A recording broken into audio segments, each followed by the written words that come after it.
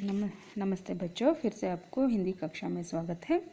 बच्चों, आज हम आपके पाठ्य पुस्तक में दिए गए पाठ 5 मेरा बचपन, इस पाठ का कक्षा परीक्षा और संकलनात्मक परीक्षा के लिए पुनर्मनन मतलब पुनरावलोकन रिवीजन करेंगे। बच्चों आप अपने सामने आपके अपना अभ्यास पुस्तिका मतलब वर्कबुक रखिए बच्चों, और पाठ्य पुस्तक भी खोल कर रखिए और हाथ में कलम रखिए बच्चों। पहले आप अपने अभ्यास पुस्तिका में पेज नंबर 26 मतलब पाठ 5 मेरा बचपन को ले बच्चों। अब हम शुरू करने जा रहे हैं बच्चों। जो भी मैं पढ़ूंगी या जो भी मैं चर्चा करूंगी इसे ध्यान से सुनो और देखो बच्चों, और कोई भी मिस्टेक आपके अभ्यास पुस्तिका में हो तो उसे ठीक कीजिए बच्चों। इसलिए आप हाथ में कलम रखिए, पेन रखिए। अब मैं शुरू करने जा रही हूँ पाठ 5 मेरा बचपन। बच्चों, लेखक परिचय पढ़ने से पहले हम कुछ याद रखने के लिए यहाँ पर कुछ अंश दिए हैं, उसे पढ़ेंगे या जानकारी प्राप्त करेंगे बच्चों। ये इस पाठ 5 जो मेरा बचपन है, इस पाठ का जो विधा है, साहित्यिक विधा है, ये आत्मकथा है बच्चों। याद रखिए, ये आत्मकथा। प्रस्तुत पाठ के लेखक डॉक्टर APJ अब्दुल कलाम हैं। इस पाठ के लेखक खुद डॉक्टर APJ अब्दुल कलाम हैं। भारत के राष्ट्रपति कलाम जी का जीवन सादगी का मिसाल था। उनका जो जीवन सादगी का, सरलता का मिसाल मतलब उदाहरण था। उनके माता पिता का परिश्रम आडंबरहीन जीवन सबके लिए आदर्श प्राय है। मतलब उनके माता पिता का जो व्यक्तित्व मतलब किस प्रकार के मेहनती लोग थे, और उनके व्यक्तित्व और उनके जो आडंबरहीन जीवन मतलब उनके जीवन में कोई दिखावा नहीं था, अब बहुत सादगी का जीवन बिताते थे। ये सब के लिए आदर्श है मतलब प्रेरणादायक है। और इस पाठ के द्वारा छात्र सादगी, धार्मिक सहिष्णुता, मिलजुल कर रहना और किताबें पढ़ने का प्रयोजन आदि की प्रेरणा पा सकते हैं। मतलब इस पाठ के द्वारा बच्चे सादगी मतलब किस प्रकार बहुत सरलता से जीवन बिता सकते हैं, और धार्मिक सहिष्णुता मतलब कोई धर्म भेदभाव नहीं होना चाहिए, सबके साथ मिलजुल कर रहना, और किताबें पढ़ने से होने वाले फ़ायदों के बारे में इस पाठ के द्वारा हम समझ सकते हैं। बच्चों के लिए चैतन्यशील बहुमुखी व्यक्तित्व निर्माण के लिए ऐसे आदर्श व्यक्तियों की जीवनी एक आदर्श बनी है। मतलब बच्चे, आजकल के बच्चों के लिए उनके अंदर रहने वाली जो प्रतिभा को बाहर निकालने के लिए या अपने प्रतिभा को जानने के लिए ऐसी जो महान व्यक्तियों के, आदर्श व्यक्तियों के जो जीवनी या उनके जीवन के बारे में जानना, ये प्रेरणादायक है, ये प्रेरणा देती है ऐसे व्यक्तियों के जीवन। बच्चे आगे बढ़ेंगे। लेखक परिचय। नाम डॉक्टर APJ अब्दुल कलाम। जन्म स्थान तमिलनाडु के रामेश्वरम। जन्म तिथि 15 अक्टूबर 1931 मतलब 1931 में इनका जन्म हुआ था। वो भी तमिलनाडु के रामेश्वरम में एक मध्य वर्गीय परिवार में इनका जन्म हुआ था। मृत्यु 27 जुलाई 2015 को इनकी मृत्यु हो गई थी बच्चों। मतलब 27 जुलाई 2015 को इनकी मृत्यु हुई। रचनाएं मतलब अब्दुल कलाम के द्वारा रचित कुछ किताबों के नाम देखेंगे बच्चों। अब्दुल कलाम के द्वारा रचित कुछ किताबों का नाम, प्रसिद्ध किताबों का नाम जानेंगे। Agni ki Udaan, India 2020, ignited minds, analysing the power within India. बच्चों, अग्नि की उड़ान जो किताब है, इनका जो आत्मकथा है, इस आत्मकथा से ही जो प्रस्तुत पाठ जो दिए हैं मेरा बचपन, ये आपको रखे हैं बच्चों, उससे लिया गया है। इस पाठ के एक अंश है, एक भाग को आपको पाठ के जैसे या पाठ के रूप में रखा गया है बच्चों। बड़े वैज्ञानिक डॉक्टर APJ अब्दुल कलाम जी 25 जुलाई 2002 से लेकर 24 जुलाई 2007 तक हमारे देश के राष्ट्रपति थे। मतलब किस साल से किस साल तक ये हमारे देश के राष्ट्रपति थे, इसके बारे में यहाँ दिए हैं। 25 जुलाई 2002 से लेकर 24 जुलाई 2007 तक ये हमारे देश के राष्ट्रपति थे। देश के आदर्श तथा जनवादी राष्ट्रपति के नाम से प्रसिद्ध हैं। जब वे राष्ट्रपति थे तो जनवादी राष्ट्रपति के नाम से बहुत प्रसिद्ध हुए, आदर्श हुए हैं बच्चों। अब हम देखेंगे मुख्य प्रश्न। एक, शब्दार्थ। कस्बा, छोटा शहर, संयुक्त, जुड़ा या मिला हुआ, रोजाना, नित्य, खदकाठी, देह का गठन मतलब देह का रचना, समुचित मतलब योग्य, पुश्तैनी मतलब पैतृक मतलब पीढ़ियों से चला आया हुआ या पूर्वजों के जो घर, या बहुल मतलब बहुत, बुनियादी नींव या आधार, तट, किनारा रफ्तार गति या वेग, रेत बालू, असर प्रभाव, दायरा कार्यक्षेत्र, अक्सर, प्रायः या अधिकतर, वितर्क मतलब बांटने वाला। ये सब शब्दार्थ बच्चों इस पाठ में आए हुए कुछ नए शब्दों के अर्थ है। अब हम देखेंगे मुख्य प्रश्न 2 व्याकरण। यहाँ पर कुछ व्याकरण दिए गए हैं, उसके बारे में देखेंगे। अन्य वचन रूप लिखिए। बच्चों यहाँ पर एक वचन भी दिए हैं, बहुवचन भी दिए हैं। एक वचन के लिए बहुवचन रूप लिखना है और बहुवचन के लिए एक वचन रूप लिखना है। पहला जो शब्द है बच्चा, एक वचन है बच्चे, बहुवचन, इसका बहुवचन रूप है बच्चे। गली एक वचन, गलियाँ बहुवचन। खेला एक वचन, केले बहुवचन। बच्चों पेज टर्न करो। अब हम पेज नंबर 27 को लिए। नौका, नौकाएँ, नौका एक वचन है, बहुवचन नौकाएँ। प्रतियाँ, प्रति। पुस्तकें, देखिए बच्चों यहाँ पर प्रतियाँ बहुवचन है, उसका एक वचन रूप है प्रति। पुस्तकें बहुवचन है, पुस्तक एक पुस्तकें बहुवचन, पुस्तक एक वचन। अब हम देखेंगे विलोम शब्द। बहुत, कम, शाम, सुबह, सफल, असफल, अच्छा, बुरा, बड़ा, छोटा, पराया, अपना, पराया, अपना, पराया। अब प्रश्न 3 पर्यायवाची शब्द लिखिए। बच्चों में कहीं कक्षा में आपको समझाया गया है कि पर्यायवाची मतलब एक शब्द के लिए और दूसरे शब्द कौन से हो सकते हैं जो हम वाक्य में प्रयोग कर सकते हैं या उसके बदले में लिख सकते हैं। देखेंगे पहला शब्द है घर। इसका जो पर्यायवाची शब्द है मकान या गृह। बुनियाद नींव या आधार। शाम, सायंकाल, सांझ, संध्या, ऐसे कई पर्यायवाची शब्द हो सकते हैं। शरीर, देह या गात। दोस्त, मित्र या सखा या साथी भी हो सकता है बच्चों। अब हम देखेंगे चौथा प्रश्न। उदाहरण के अनुसार प्रेरणार्थक क्रिया शब्दों को लिखिए, जैसे पढ़ना, पढ़ाना। बच्चों यहाँ पर केवल प्रथम प्रेरणार्थक क्रिया शब्द को लिखने के लिए दिए हैं, लेकिन हम वर्कबुक में प्रथम और द्वितीय दोनों प्रेरणार्थक क्रिया शब्दों को लिखे हैं बच्चों, लिखा गया है या लिखे हैं। देखना, इसका जो प्रथम प्रेरणार्थक क्रिया शब्द है दिखाना, दिखवाना। सुनना, सुनाना, सुनवाना। करना, कराना, करवाना। जागना, जगाना, जगवाना। जगना, जगाना, जगवाना। भेजना, भिजाना, भिजवाना। चलना, चलाना, चलवाना। बैठना, बिठाना, बिठवाना। रोना, रुलाना, रुलवाना। धोना, धुलाना, धुलवाना। देना, दिलाना, दिलवाना। बच्चों इस तरह हम क्रिया शब्द के लिए प्रथम और द्वितीय प्रेरणार्थक रूपों को या प्रेरणार्थक क्रिया शब्दों को लिख सकते हैं। अब प्रश्न 5 वाक्य में प्रयोग कीजिए। बच्चों ये परीक्षा की दृष्टि से इतना महत्वपूर्ण नहीं है क्योंकि परीक्षा में ये नहीं आएगा, केवल इसे मैं पढ़ूंगी एक बार, आप वाक्य रचना सीखिए बच्चों। जीवन संगिनी, श्री राम के जीवन संगिनी का नाम सीता था। पुश्तैनी, गांव में हमारा पुश्तैनी मकान है। पुश्तैनी मतलब पीढ़ियों से चला आया हुआ या पैतृक कहते हैं। प्रसिद्ध, लाल किला प्रसिद्ध किला है। और दिनचर्या, मैं अपनी दिनचर्या भगवान का नाम लेकर शुरू करता हूँ। दिनचर्या मतलब जो हमारे सुबह की जो काम होता है, सुबह से रात तक जो काम, मतलब किस काम, मतलब कैसे शुरू करते हैं, ये दिनचर्या। बच्चों अब हम देखेंगे, पेज नंबर टर्न करो बच्चों, पेज नंबर 28 को लिए बच्चों। इसमें और एक संतुष्टि, जो लास्ट जो वर्ड दिए हैं वाक्य में प्रयोग करने के लिए, संतुष्टि। जीवन में संतुष्टि आवश्यक है। हम कोई भी कार्य करते हैं उसे संतुष्टि पाना है, हमें संतृप्ति होना है।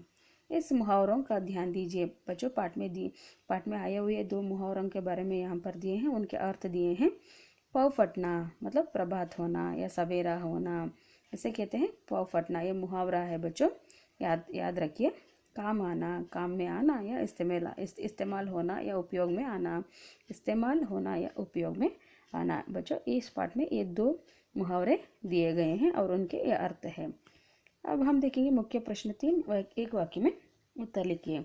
अब्दुल कलाम जी का जन्म कहाँ हुआ? बच्चों बताइए, पाठ के विश्लेषण के समय हम इसके बारे में जाने थे, बताइए। हाँ, अब्दुल कलाम जी का जन्म तमिलनाडु के रामेश्वरम कस्बे में हुआ था। बच्चों तमिलनाडु के रामेश्वरम कस्बा, इसे अंडरलाइन कीजिए। तमिलनाडु के रामेश्वरम कस्बे में, एक कस्बा मतलब एक छोटा शहर में उनका जन्म हुआ था। बच्चों और एक प्रश्न भी पूछा जा सकता है, अब्दुल कलाम का जन्म किस परिवार में हुआ था? बच्चों उत्तर है, अब्दुल कलाम जी का जन्म एक मध्यवर्गीय परिवार में हुआ था।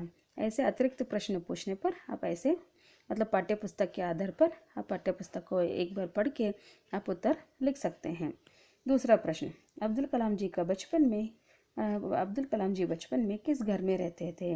उत्तर, अब्दुल कलाम जी बचपन में अपने पुश्तैनी घर में रहते थे। बच्चों, पुश्तैनी जो शब्द है अंडरलाइन कीजिए।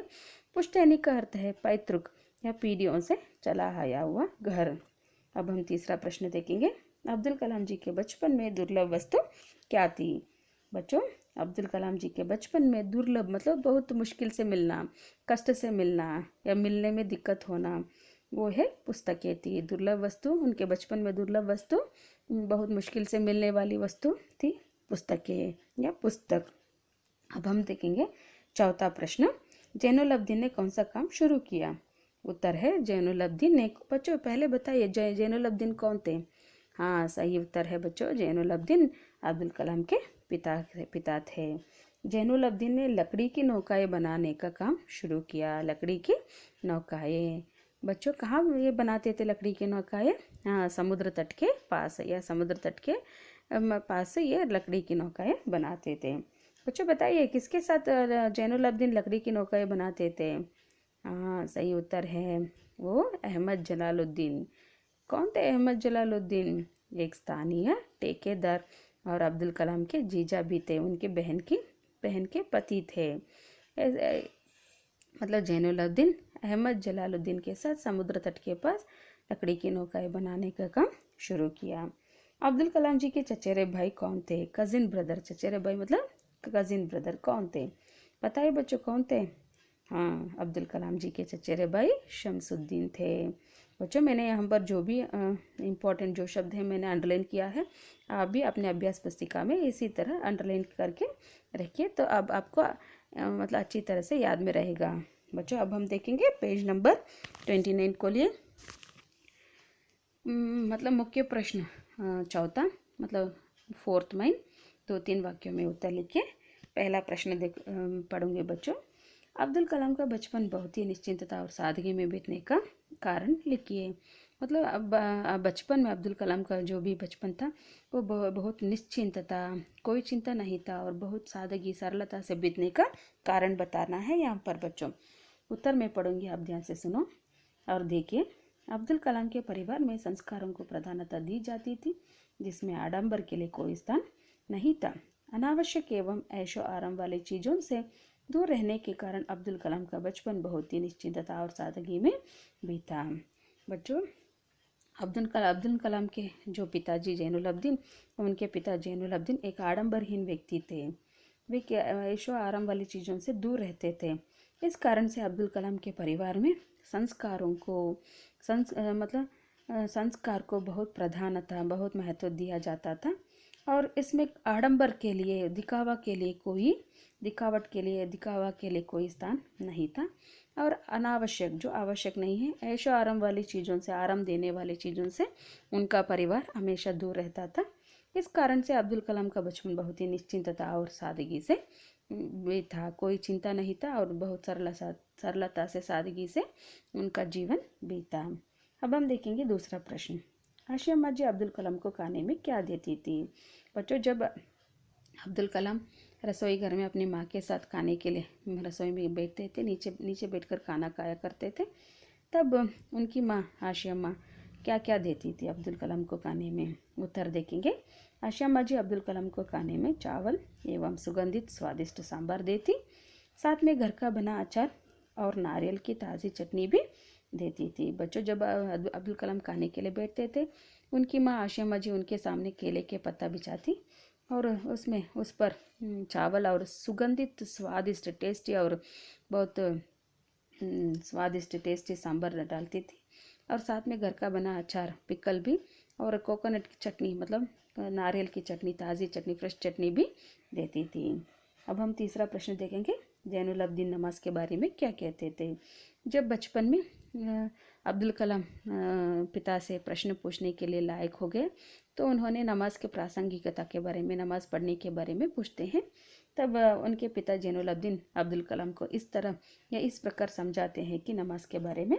जैनुलब्दीन नमाज के बारे में कहते थे कि जब तुम नमाज पढ़ते हो तो तुम अपने शरीर से इतर ब्रह्मांड का एक हिस्सा बन जाते हो, जिसमें दौलत, आयु, जाति या धर्म पंथ का कोई भेदभाव नहीं होता।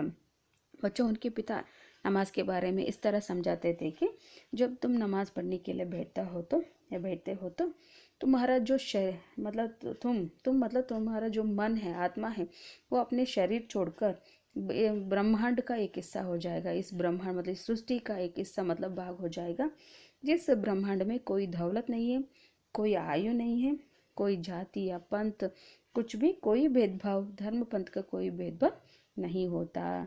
इस तरह नमाज पढ़ने के बारे में, यह नमाज की जो प्रासंगिकता के बारे में जैनुल अब्दीन अब्दुल कलाम को समझाते थे। और चौथा प्रश्न, जैनुल अब्दीन ने कौन सा काम शुरू किया? उनके पिताजी, अब्दुल कलाम के पिताजी जैनुल अब्दीन कौन सा काम शुरू किए थे? उत्तर देखेंगे बच्चों। जैनुल अब्दीन ने लकड़ी की नौकाएं बनाने का काम शुरू किया। उस समय अब्दुल कलाम 6 साल के थे। एक स्थानीय ठेकेदार अहमद जलालुद्दीन के साथ जैनुल अब्दीन समुद्र तट के पास नौकाएं बनाने लगे। ये नौकाएं तीर्थयात्रियों को रामेश्वरम से धनुषकोडी तक लाने ले जाने के काम आती थी। बच्चों, अब्दुल कलाम के पिता जैनुल अब्दीन एक स्थानीय ठेकेदार मतलब लोकल कॉन्ट्रैक्टर, उसका नाम था अहमद जलालुद्दीन, उसके साथ समुद्र तट के पास नौकाएं बनाने का काम शुरू करते हैं। और ये नौकाएं तीर्थयात्री मतलब जो भक्तगण, देश विदेश से जो भक्तगण आते थे, उनको रामेश्वरम से धनुषकोडी और धनुषकोडी से रामेश्वरम तक ले जाने और लाने का काम में आती थी। काम आती थी ये नौकाएं, मतलब उनके द्वारा बनाए गए नौकाएं। अब हम देखेंगे मुख्य प्रश्न 5वां। 4 या 5 वाक्यों में उत्तर लिखिए। शमसुद्दीन अखबारों के वितरण का कार्य कैसे करते थे? बच्चों बताइए, शमसुद्दीन कौन थे? इस हम पाठ विश्लेषण में हम ऑलरेडी इसके बारे में चर्चा कर चुके हैं। बताइए बच्चों, कौन थे शमसुद्दीन? हाँ, शमसुद्दीन अब्दुल कलाम के चचेरे भाई मतलब कजिन ब्रदर थे। बच्चों, इसे अंडरलाइन करके रख सकते हैं आप। और वे रामेश्वरम में अखबारों के एकमात्र वितरक थे। शमसुद्दीन रामेश्वरम में अखबार मतलब न्यूज़पेपर एकमात्र वितरक मतलब ओनली वन वितरक डिस्ट्रीब्यूटर थे अखबार के, न्यूज़पेपर के। मतलब वे अकेले ही अखबार एजेंसी को चलाते थे, न्यूज़पेपर एजेंसी को रामेश्वरम में चलाते थे। अखबार रामेश्वरम स्टेशन पर सुबह की ट्रेन से पहुंचते थे। जो अखबार रामेश्वरम रेलवे स्टेशन पर सुबह की ट्रेन से अखबार पहुंचते थे। बच्चों, पेज टर्न करो। अब हम देखेंगे पेज नंबर 30 में आगे बढ़ेंगे। इस उत्तर में पहुंचते थे जो पाम्बन से आती थी। मतलब रामेश्वरम स्टेशन पर अखबार सुबह की ट्रेन से कहाँ से आती थी बच्चों? पाम्बन से आती थी। और इस अखबार एजेंसी को अकेले शमसुद्दीन ही चलाते थे। हम पहले ही कहते मतलब इस एजेंसी, न्यूज़पेपर एजेंसी को केवल शमसुद्दीन ही अकेले ही वे चलाते थे। रामेश्वरम में अखबारों की जुमला मतलब कुल मिला के 1000 प्रतियां बिकती थी। 1000 मतलब 1000 कॉपीज बिकती थी, सेल होते थे बच्चों। एक दिन में अखबार के जो अखबार जुमला मतलब कुल मिला के अखबार 1000 प्रतियां बिकती थी बच्चों। इस तरह शमसुद्दीन अखबारों का वितरण का कार्य रामेश्वरम में करते थे। आगे बढ़ेंगे। मुख्य प्रश्न 6वां, जोड़कर लिखिए। मतलब 6th में, मेरे पिता जैनुल अब्दीन, मद्रास राज्य तमिलनाडु, शमसुद्दीन चचेरे भाई, अहमद जलालुद्दीन अंतरंग मित्र, पक्का दोस्त रामानंद शास्त्री। बच्चों, आपको परीक्षा में जोड़कर लिखो नहीं आएगा, लेकिन उत्तर जानना तो बहुत आवश्यक है, इसलिए आप इसे एक बार पढ़ लीजिए। अब हम देखेंगे मुख्य प्रश्न 7वां। 7th में, रिक्त स्थानों की पूर्ति कीजिए। यहाँ पर खाली स्थानों को भरना है बच्चों, सही उत्तर से खाली स्थान भरना है। अब हम देखेंगे आशिया अम्मा उनकी आदर्श डैश थी। आशिया अम्मा कौन थी बच्चों? अब्दुल कलाम की माँ थी।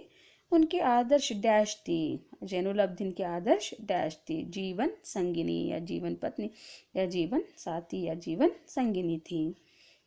रामेश्वरम प्रसिद्ध डैश है बच्चों, बताइए डैश है? हाँ, तीर्थ स्थल। पूजारी पक्षी लक्ष्मण शास्त्री मेरे पिताजी के डैश थे। अभिन्न मित्र बहुत गहरे मित्र या सोलमेट कहते हैं बच्चों। अखबार एजेंसी को अकेले डैश ही चलाते थे बच्चों। अभी हमने पढ़ा है, कौन चलाते थे अकेले? हाँ, अब्दुल कलाम के चचेरे भाई शमसुद्दीन चलाते थे, शमसुद्दीन चलाते थे।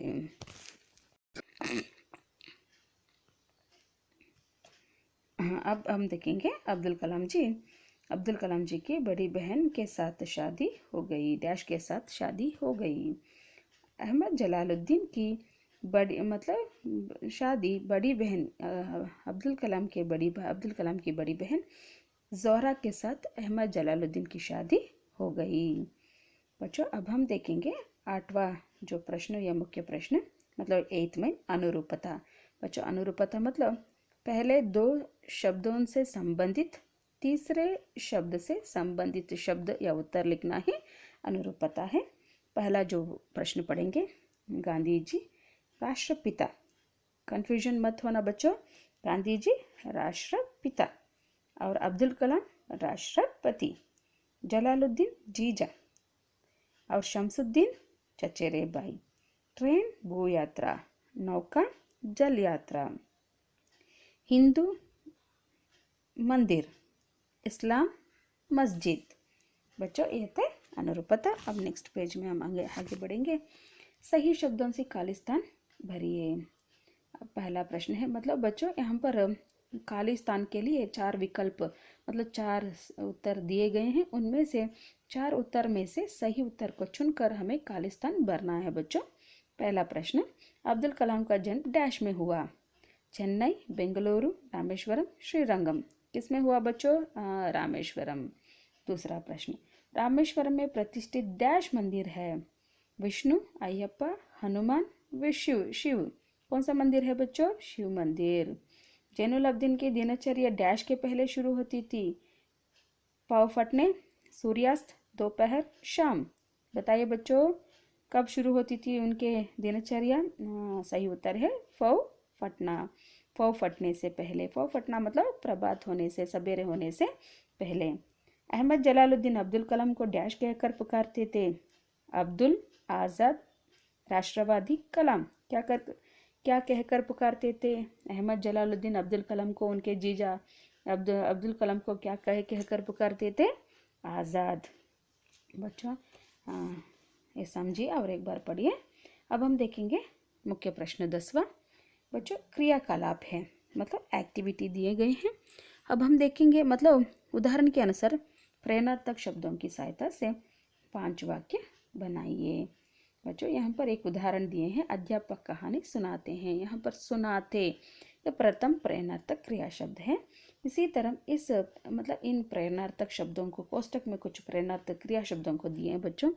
उन क्रिया शब्दों को हम लेके प्रेरणार्थक शब्द को वाक्य में प्रयोग करना है या वाक्य रचना करना है। देखेंगे बच्चों, पहला जो वाक्य है, अध्यापक पाठ से संबंधित चित्र दिखाते हैं। बच्चों यहाँ पर मैंने ऑलरेडी अंडरलाइन कर चुके हैं,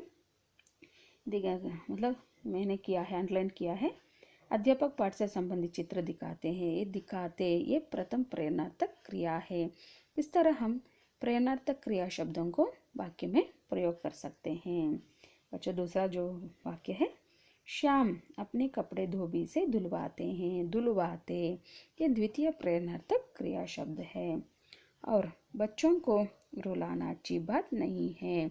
रुलाना ये प्रथम प्रेरणार्थक क्रिया शब्द है। अब हम देखेंगे चौथा जो वाक्य, अध्यापक सही रास्ता दिखाते हैं। दिखाते बच्चों अंडरलाइन करो, आप नहीं किए तो कीजिए। इसे कहते हैं प्रथम प्रेरणार्थक क्रिया शब्द। और 5वां जो वाक्य देखेंगे, मालिक नौकर से काम करवाता है। करवाता ये द्वितीय प्रेरणार्थक क्रिया शब्द है। बच्चों इस तरह हम प्रेरणार्थक क्रिया शब्दों को, प्रथम और द्वितीय प्रेरणार्थक क्रिया शब्दों को वाक्य में प्रयोग करके वाक्य की रचना कर सकते हैं या वाक्य बना सकते हैं। बच्चों अब हम पेज टर्न करेंगे। बच्चों यहाँ पर जो प्रश्न दूसरा दिए हैं, भारत के राष्ट्रपतियों के चित्रों का संग्रह करके उनका संक्षिप्त परिचय दीजिए। बच्चों ये अब लिखने की ज़रूरत नहीं है, क्योंकि परीक्षा होने के बाद हम इसे आपको गृह कार्य के रूप में, मतलब एक्टिविटी या होमवर्क के रूप में इसे हम देंगे आपको। परीक्षा के बाद आप इसे लिख सकते हैं। अभी इसका मतलब कोई लिखने का ज़रूरत नहीं है, लिखने की ज़रूरत नहीं है इसे बच्चों ये पाठ का जो पुनर्मनन या पुनरावलोकन पूरा हो गया। बच्चों ये कल आपको कक्षा परीक्षा है, इस पाठ का कक्षा परीक्षा है, तो आप इसे कक्षा परीक्षा के लिए और संकलनात्मक परीक्षा के लिए इसे मौखिक और लिखित रूप से अच्छी तरह से अभ्यास कीजिए बच्चों। धन्यवाद बच्चों।